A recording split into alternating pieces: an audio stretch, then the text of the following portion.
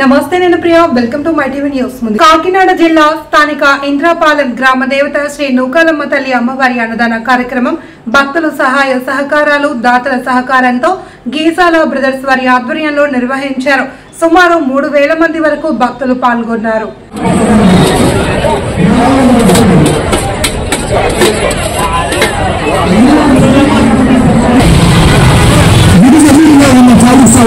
అన్నదానం జరుగుతుందండి.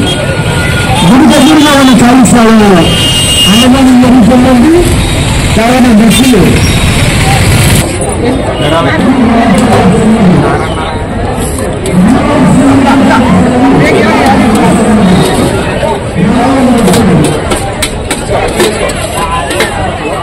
పహల్గాం ఉగ్రవాద దాడికి నిరసనగా విశాఖ పారిశ్రామిక ప్రాంతం జింక్ గ్రౌండ్ వర్కర్స్ అసోసియేషన్ ఆధ్వర్యంలో భారీ ర్యాలీ నిర్వహించారు. ఈ సందర్భంగా అసోసియేషన్ అధ్యక్షుడు అంకిరెడ్డి మార్కండేయులు, జనసేన సీనియర్ నాయకుడు గంధం వెంకటరావు మాట్లాడుతూ ఉగ్రవాదులను అంతం చేస్తేనే ప్రపంచం శాంతి పడుతుంది అన్నారు. పర్యాటకులపై ఉగ్రమూకలు దాడి చేసి ప్రాణాలను తీశారని, అటువంటి వారికి కఠిన శిక్ష వేయాల్సిందేనన్నారు. ఉగ్రవాద దాడిలో మృతి చెందిన కుటుంబాలకు ప్రగాఢ సానుభూతిని తెలియజేశారు. ఈ కార్యక్రమంలో రఘునాథ గుప్తా, మండలి శ్రీనివాసరావు, బి వెంకటేశ్వరరావు, జగ్గయ్య, బుజ్జి ఆంజనేయులు, రామకృష్ణ, కామేష్, నగేష్, వాసు, రెడ్డి, శ్రీనివాస్, మెడికల్ శ్రీనివాస్, జబీర్ ఖాన్, రమణ, మూర్తి అనేక మంది క్రీడాకారులు పాల్గొన్నారు.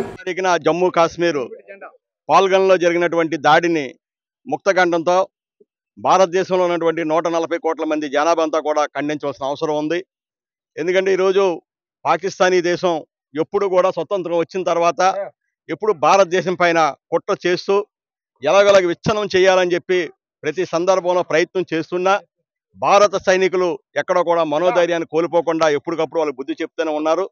కానీ మొన్న జరిగినటువంటిది విహారయాత్రకి వెళ్ళినటువంటి అమాయకులైనటువంటి వాళ్ళు ఫ్యామిలీతో పాటు వెళ్ళి అక్కడ విహారయాత్రలో ఉండగా సుమారు 27 మందిని పైగా వాళ్ళని కాల్చేయడం జరిగింది.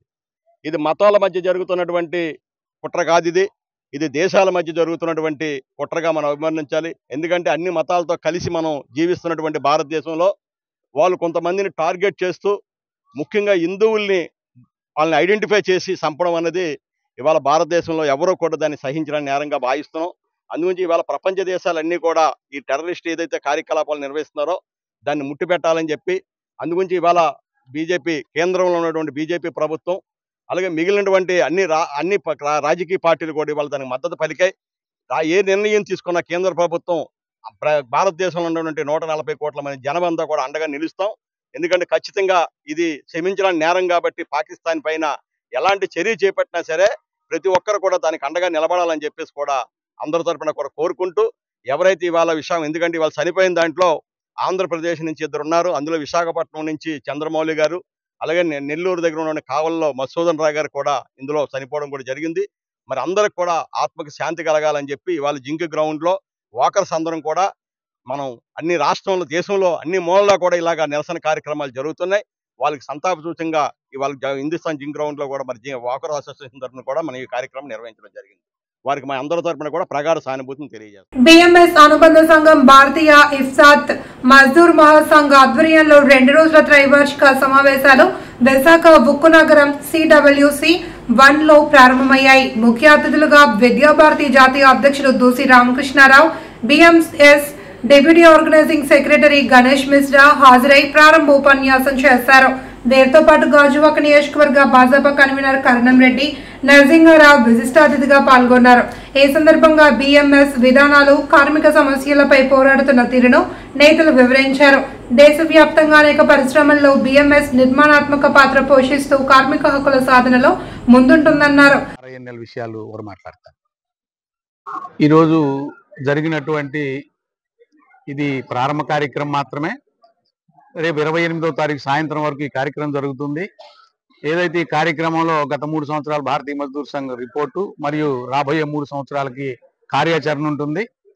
ఇక్కడ పెట్టడానికి గల ముఖ్య ఉద్దేశం ఇందాకే చెప్పాను నేను. అలాగే రేపు మేము తీర్మానాలు ప్రవేశపెడతాం. ఆ తీర్మానాలని కేంద్ర ప్రభుత్వం దృష్టికి, కేంద్ర బిఎంఎస్ దృష్టికి తీసుకెళ్లి ఆ సమస్యల్ని పరిష్కరించబడటానికి భారతీయ మజ్దూర్ సంఘ్ కృషి చేస్తుంది.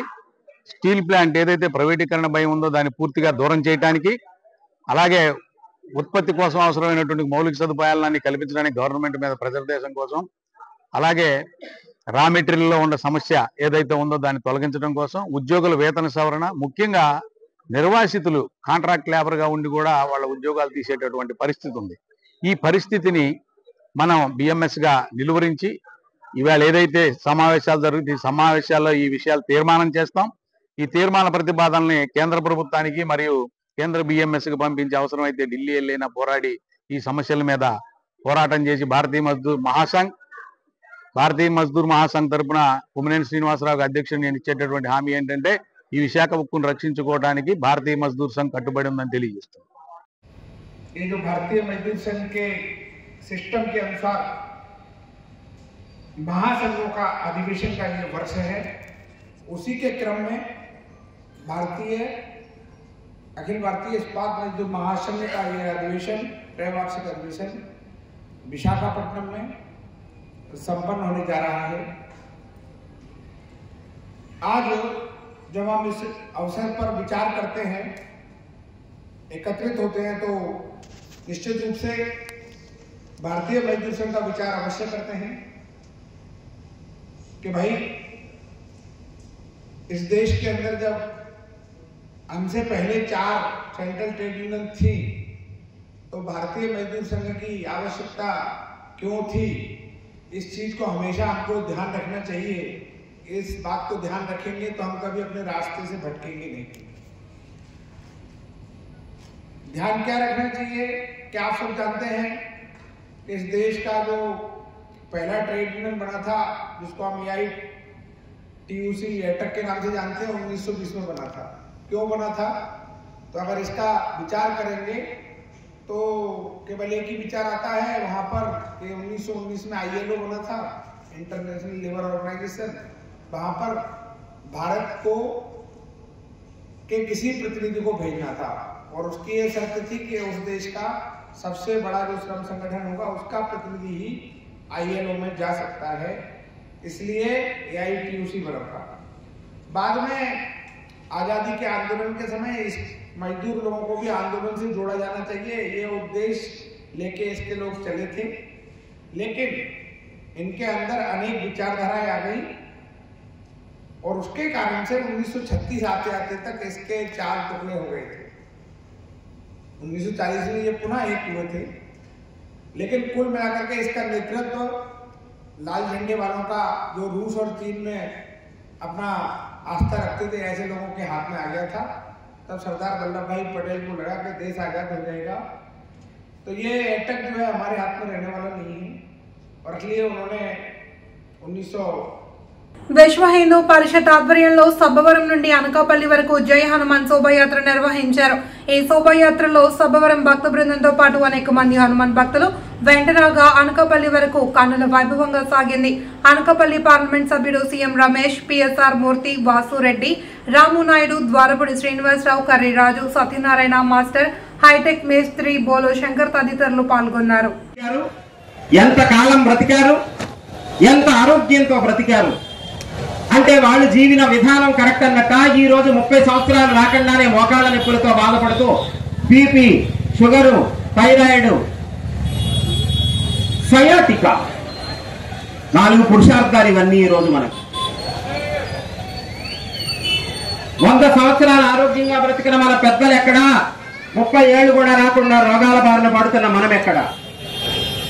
అంటే ఎవరి జీవన విధానం కరెక్ట్ అన్నట్టు తెలిసిపోతుంది చెప్పండి, మనదా వాళ్ళదా? కనుక ఈ రోజు మనం నిజం తెలుసుకొని సత్యాన్ని గ్రహించి మనలా మన పెద్దలు చెప్పినటువంటి విధంగా మనం గనక జీవించినట్లయితే మరలా పూర్వ వైభవం ఖచ్చితంగా వస్తుంది సనాతన ధర్మానికి అని చెప్పి. సుమారు ఒక్క మొక్క కూడా లేకుండా నరికేశారంటే మరి ఉన్న ఒక పక్క గవర్నమెంట్ ఏమో పచ్చదనం ప్రాముఖ్యం అని చెప్పి గాంధీ జయంతుల్ని వీటిని జరుపుకుంటూ ప్రతి గాంధీ జయంతి రోజు కూడా ప్రతి ఒక్కరూ ఒకరి బాధ్యతగా 10 మొక్కలు నాటండి అని చెప్పి ఒక పక్క సెంట్రల్ గవర్నమెంట్లు, స్టేట్ గవర్నమెంట్లు చెప్తున్న తరుణంలో మరి ఈవేళ ఇక్కడ ఈ గొటివాడ గ్రామంలో సూరపురా చెరువులో సుమారు 20 లక్షల ఆస్తి మరి నరికేశారంటే మరి దీన్ని గవర్నమెంట్ వాళ్ళు నిమ్మక నీరెత్తినట్టు ఉన్నారా అన్నది మాకు అర్థం కావట్లేదు. భక్త మహాశైలకు విజ్ఞప్తి, ఈరోజు అనకాపల్లిలో విశ్వ హిందూ పరిషత్ ఆధ్వర్యంలో దేశవ్యాప్తంగా జరుగుతున్నటువంటి హనుమాన్ శోభాయాత్ర ఈరోజు సబ్బవరం నుంచి సబ్బవరం మండలంలో ఉన్నటువంటి హనుమాన్ భక్త మందిరులందరూ కూడా బయలుదేరి అనకాపల్లిలో ఉన్నటువంటి సుందరమఠి జంక్షన్ సత్యామృత కోవల్ జంక్షన్ నుండి ఏఎంఎల్ కాలేజీ హనుమాన్ జంక్షన్ వరకు జరుగుతున్నది కావున ప్రజలందరూ పాల్గొంటున్నాము. ఈ కార్యక్రమాన్ని శుభప్రదం చేయవలసిందిగా భక్తజన మహాజులందరూ కోరుతున్నాము. పుల్వామాలో జరిగినటువంటి పాకిస్తాన్ ఉగ్రవాదులు మన భారతీయులందరినీ హిందూ సాంప్రదాయాన్ని అడిగి మరీ చంపినందుకు గాను మనం అందరూ ఏకతాటిపై ఉండాలి. అందరూ హిందువులై ఉండాలి. హిందువులందరూ జై శ్రీరామ్, హిందువులందరూ ఏకతాటిపైకి రావాలి. హిందువులందరూ ఏకతాటిపైకి రావాలి. జై శ్రీరామ్, జై శ్రీరామ్, జై శ్రీరామ్. అనకాపల్లి జిల్లా సబ్బవరం మండలం గొట్టువాడ పంచాయతీలో సూరపు రాజు చెరువులో 20 లక్షల విలువ గల నేరేడు చెట్లు మాయం కావడంపై వైసీపీ ఆందోళన వ్యక్తం చేసింది. విషయం తెలుసుకున్న వైసీపీ యువనేత గండి రవికుమార్ పార్టీ నాయకులతో కలిసి పరిశీలించారు. ఈ సందర్భంగా రవికుమార్ మాట్లాడుతూ ప్రభుత్వం చెట్లను పెంచమని, పర్యావరణాన్ని కాపాడమని చెబుతూ ఉండగా ఇక్కడ మాత్రం వాటిని నరికివేయడం ఎంతవరకు సమంజసమని ప్రశ్నించారు. ఎటువంటి వారికి పాల్పడిన వారిపై చర్యలు తీసుకోవాలి అని కోరారు. నరికేశారంటే మరి ఉన్న ఒక పక్క గవర్నమెంట్ ఏమో పచ్చదనం ప్రాముఖ్యం అని చెప్పి గాంధీ జయంతుల్ని వీటిని జరుపుకుంటూ ప్రతి గాంధీ జయంతి రోజు కూడా ప్రతి ఒక్కరూ ఒకరి బాధ్యతగా 10 మొక్కలు నాటండి అని చెప్పి ఒక పక్క సెంట్రల్ గవర్నమెంట్లు స్టేట్ గవర్నమెంట్లు చెప్తున్న తరుణంలో మరి ఈవేళ ఇక్కడ ఈ గొటివాడ గ్రామంలో సూరపురా చెరువులో సుమారు 20 లక్షల ఆస్తి మరి నరికేశారంటే మరి దీన్ని గవర్నమెంట్ వాళ్ళు నిమ్మక నీరెత్తినట్టు ఉన్నారా అన్నది మాకు అర్థం కావట్లేదు. సూరపురాజు చెరువు ఈవేళ వచ్చి చూసాం. చూస్తే పరిస్థితి ఎంత దారుణంగా ఉందంటే సుమారు నాకు తెలిసిన ఇన్ఫర్మేషన్ ప్రకారం రైతులు చెప్పిన దాన్ని బట్టి 46 ఎకరాల విస్తీర్ణం గల చెరువు. దీని మీద సుమారు 100 ఎకరాలు ఆయకట్టు కలిగిన ఈ చెరువు గర్భం 46 ఎకరాలు అయితే దీని కింద రైతుల తాలూకా ఆయకట్టు 100 ఎకరాలు. ఈ చెరువు మీద వచ్చిన దీంతోనే ఈ 100 ఎకరాల గర్భం కూడా ఆధారపడి వర్షాధారం కాలవ. ఇందాక నేను వినదాని ప్రకారం ఈ చెరువు గర్భంలో నుంచి ఆ రోజు గవర్నమెంట్కి అవసరమైనప్పుడు రైవాడి జలాలు విశాఖపట్నానికి తరలించేటప్పుడు ఈ చెరువు గర్భంలో గుండా అప్పుడున్న రిజర్వ్ ఫారెస్ట్ కానీ సోషల్ ఫారెస్ట్ కానీ వీళ్ళ పర్మిషన్స్ తో ఇక్కడ కాలువ కూడా నిర్మించారు. సో ఈ కాలువ ఈ చెరువు కలిపి ఈ రైతులకి వ్యవసాయం చేసుకోవడానికి కానీ వ్యవసాయ ఆధారిత కుటుంబాలు కాబట్టి వ్యవసాయం చేసుకోవడానికి ఈ చెరువు ఎంతో ఉపయోగకరంగా ఉండేది. మరి గత 10 రోజుల ముందు ఈ చెరువులో సుమారు ఈ చెరువు తాలూకా ఆస్తి నేరేడు చెట్లు అవనివ్వండి, తుమ్మ చెట్లు అవనివ్వండి, యూకలిప్టస్ అవనివ్వండి, మద్ది చెట్లు అవనివ్వండి, ఇవన్నీ 10 రోజుల క్రితం నరికేసి ఉన్నాయి. ఆల్రెడీ మీరు అందరూ చూసే ఉన్నారు ఈ పరిస్థితి ఎలాగుందో. ఇక్కడ ఇంకా విషయం ఏంటంటే ఆ రోజున్న సోషల్ ఫారెస్ట్ వాళ్ళు ఈ చెరువులో ఒక 6 ఎకరాల్లో యూకలిప్టస్ మొక్కలు వేసి రైతులకు అప్పచెప్పారు. ఎవరైతే చెరువు ఆయకట్టుదారు రైతులు ఉన్నారో రైతులకి గ్రామస్తులకి ఆ రోజు అప్పచెప్పి దీన్ని మీరు ఈ నెల 30న సింహాచలం శ్రీ వరాహలక్ష్మి నరసింహస్వామి వార్షిక చందనోత్సవం ఘనంగా జరగనుంది. ఉత్సవ ఏర్పాట్లను రాష్ట్ర హోంమంత్రి వంగలపూడి అనిత పరిశీలించారు. ఈ సందర్భంగా స్వామివారిని దర్శించుకున్న మంత్రికి ఆలయ అధికారులు సాంప్రదాయబద్ధంగా స్వాగతం పలికి స్వామివారి చిత్రపటం ప్రసాదం అందజేశారు. పండితులు వేదాశీర్వచనాలు అందించారు. ఈ సందర్భంగా మంత్రి అనిత మాట్లాడుతూ సామాన్య భక్తులకు అధిక ప్రాధాన్యత ఇస్తూ వారి సౌకర్యాల కోసం అన్ని జాగ్రత్తలు తీసుకుంటున్నామన్నారు. ట్రాఫిక్ సమస్య లేకుండా ప్రత్యేక చర్యలు చేపట్టామని, పెద్ద సంఖ్యలో బస్సులు అందుబాటులో ఉంటాయి అని తెలిపారు. గతంలో ఎన్నడూ లేని విధంగా 5 మంత్రులతో కూడిన బృందం సమీక్షించారన్నారు. అంతరాలయ దర్శనాలు ఉదయం 6 గంటలకు ముగిసేలా ఏర్పాట్లు చేశామన్నారు. ఇటీవల ఎన్డీఏ ప్రభుత్వ ఆధ్వర్యంలో జరిగిన అనేక ఆలయ ఉత్సవాల విజయవంతం నేపథ్యంలో ఈ ఉత్సవం పట్ల భక్తుల్లో విశ్వాసం పెరిగింది అని, స్వామివారి నిజరూప దర్శనానికి సుమారు 2 లక్షల మంది భక్తులు హాజరయ్యే అవకాశం ఉందని హోంమంత్రి అనిత తెలిపారు. స్వామి చందనోత్సవ కార్యక్రమం ఏప్రిల్ 30వ తారీఖున అంగరంగ వైభవంగా జరగడానికి అన్ని ఏర్పాట్లు కూడా సిద్ధమైనవి. ఈరోజు దేవాదాయ శాఖ అదేవిధంగా కలెక్టర్ గారు, సిపి గారు అందరూ కూడా ఈరోజు కోఆర్డినేషన్ చేసుకుని ఇక్కడ కార్యక్రమాన్ని చాలా దిగ్విజయంగా పూర్తి చేయడానికి, ముఖ్యంగా సామాన్య భక్తులకి వరహాలక్ష్మీ నరసింహస్వామి నిజ స్వరూపం దర్శన భాగ్యం కల్పించడానికి ఈరోజు ప్రభుత్వ యంత్రాంగం అంతా ఈరోజు కార్యక్రమాలన్నీ చేపడుతుంది. క్యూ లైన్లు ఎన్ని చేశారు, భక్తులకు కావాల్సిన ఫెసిలిటీస్ అన్నిటి మీద నేను, కలెక్టర్ గారు, సిపి గారు ఇక్కడికి వచ్చి, అదేవిధంగా రవితేజ ఇక్కడికి వచ్చి ఈ కార్యక్రమాన్ని అన్నిటి కూడా చూడటం జరిగిందండి. ఎప్పుడు కూడా చరిత్రలో జరిగినట్టుగా లాస్ట్ 5 మంత్రులు ఇక్కడ ఒక గ్రూప్ ఆఫ్ మినిస్టర్స్ వచ్చి, రెవెన్యూ మినిస్టర్ గారు, నేను, ఎండోమెంట్ మినిస్టర్ గారు, అదేవిధంగా ఇన్ఛార్జ్ మినిస్టర్ గారు అందరం కూడా ఇక్కడికి వచ్చి ఈ కార్యక్రమాలన్నీ దిగ్విజయంగా పూర్తి కావాలి, ఎక్కడ కూడా భక్తులకు ఇబ్బంది రాకూడదు అని చెప్పి చిన్న మైన్యూర్ ఇష్యూస్ గురించి కూడా మేము ఆ రోజు రివ్యూ చేసుకోవడం జరిగింది. దానికి అనుగుణంగానే ఈ రోజు దేవాదాయ శాఖ, అదేవిధంగా రెవెన్యూ డిపార్ట్మెంట్, మన కలెక్టర్ గారు, పోలీస్ డిపార్ట్మెంట్ అందరూ కూడా కోఆర్డినేషన్ తో అన్ని ఏర్పాట్లు కూడా పూర్తి చేసుకున్నారు. ఇంకా చిన్న లోపాలు ఏదైనా ఉంటే సర్దిద్దుకొని ఆ రోజు సామాన్య ప్రజల దర్శన భాగ్యమే మేజర్ ఎజెండాగా పెట్టుకొని మేము చేసుకుంటున్నాం. దీనికి అధికారులు ఆంధ్రప్రదేశ్ ఎలక్ట్రిసిటీ ఎంప్లాయీస్ యూనియన్ 75 వసంతాల ప్లాటినం జూబ్లీ వేడుకలు రాజమహేంద్రవరంలో ఘనంగా జరిగాయి. O&M circle Transco 220 kV sub station ఆవరణలో జరిగిన ఈ వేడుకల్లో నూతన జెండా ఆవిష్కరణ మరియు టవర్ చిహ్నం ప్రారంభోత్సవం కన్నుల పండుగలా సాగాయి. రాష్ట్ర అధ్యక్షుడు స్థానా కృష్ణయ్య జెండాను ఆవిష్కరించగా రాష్ట్ర కార్యనిర్వాహక అధ్యక్షుడు ఎం జగదీశ్వర్ ముఖ్య అతిథిగా వచ్చేశారు. రాష్ట్ర ప్రధాన కార్యదర్శి ఎంవి గోపాలరావు టవర్ చిహ్నాన్ని ప్రారంభించారు. ఈ సందర్భంగా స్థానా కృష్ణయ్య ఉద్యోగుల ఆర్థిక ఆరోగ్య ప్రయోజనాలు, పాత పెన్షన్ విధానం అమలు, కారుణ్య నియామకాలు, వేతనాల పెంపు, ఎనర్జీ అసిస్టెంట్లను విద్యుత్ ఉద్యోగులుగా గుర్తించడం వంటి సమస్యలను ప్రస్తావించారు. ఎంవి గోపాలరావు పెండింగ్ సమస్యలను పరిష్కరించాలి అని మేనేజ్మెంట్ కోరారు. ప్రాంతీయ అధ్యక్షులు పినిపే సురేష్ బాబు, ప్రాంతీయ కార్యదర్శి జగత అచ్యుతరామయ్య పాల్గొన్నారు.